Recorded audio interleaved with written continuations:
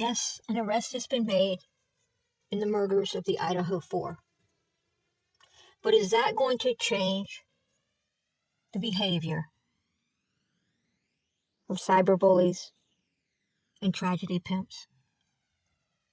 It doesn't look like it. The fact is that most of them openly pinned these murders on young people that were just living their lives.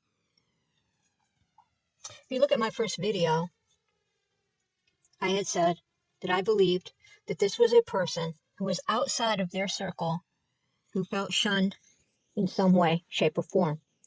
I stick to that belief. I do not believe that this guy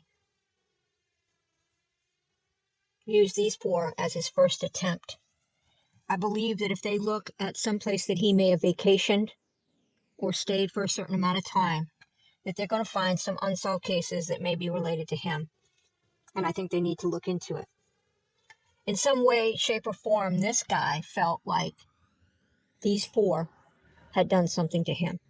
And it most likely was inadvertently. The sad fact is, though,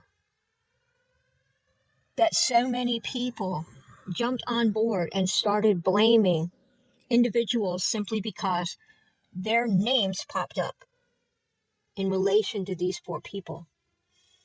And they didn't give up. They were insistent that they were right. But these people won't see how wrong they are in doing that. As a particular young man who has to live with the rest of his life, not only that he lost someone that he probably cared for very deeply, but now he has been tarnished by social media.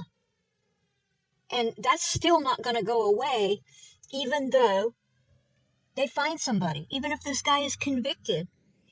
I actually saw some comments that said, I don't care. I still believe that he's involved. Simply because he dated one of the victims. It's not uncommon for a young man to outgrow a relationship and move on. We don't even know which one of these people decided that the relationship needed to be over, or if both of them just grew up a little bit and decided they wanted to try something different. That is not a basis to publicly convict somebody, which is what happened. I'm not even sure that the white Hyundai Elantra was even part of this guy and what he did. It could be, but the coincidence that there was police presence in maybe underage drinking and probably some underage kids fleeing the area that was close to the house probably plays into that a little bit.